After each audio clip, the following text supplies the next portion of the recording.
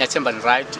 Namuhla ngifuna nje ukusho a very simple thing ebalekile ukuthi how to treat your spouse, how to treat your partner. Umphatha kanjani umuntu othandana naye, umphatha kanjani umlingani wakho othandweni noma ke ebudlelwaneni noma ke emshadweni. Kubalekile ukuthi ke umphathi kahle uma unomuntu nje manje onaye othandana naye noma oshare naye ubudlelwano. Lo muntu lo kubalekile umphathi kahle. Uma ukuthi uyafuna ukuphathwa kahle, uma ukuthi wena uzathi deserve respect, make it sure ukuthi you respect your partner, because awukwazi ukuthi unga-expect i-respect but wena uhlele ukuyinikeza respect. Awukwazi uku-expect uthando but wena you are failing to show love. So whatever ufuna yenziwe kuwena yenze exactly kulo mlingani wakho, kupartner wakho ngaso sonke isikhathi. If you deserve respect, respect it. If you want love, nikeze uthando.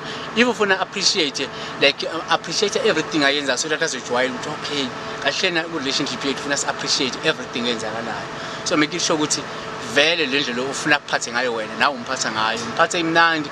Mofuna izipho, ufuna ama present, ufuna ama gift, mshawarishe nawe exactly. Yabona?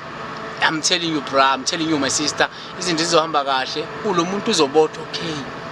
Upartner wami uthanda so, upartner wami uthanda izinto lezi. So kubalekile ukuthi senze izinto ezinhle ku relationship. Don't cheat. If wena ufuna upartner wakho cheat, unga-cheat.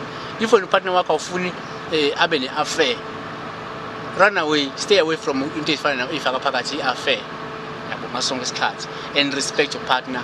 Treat your partner with dignity at all time. I'm telling you, izoba right, izoba grand ngasonke isikhathi. Sharp sharp.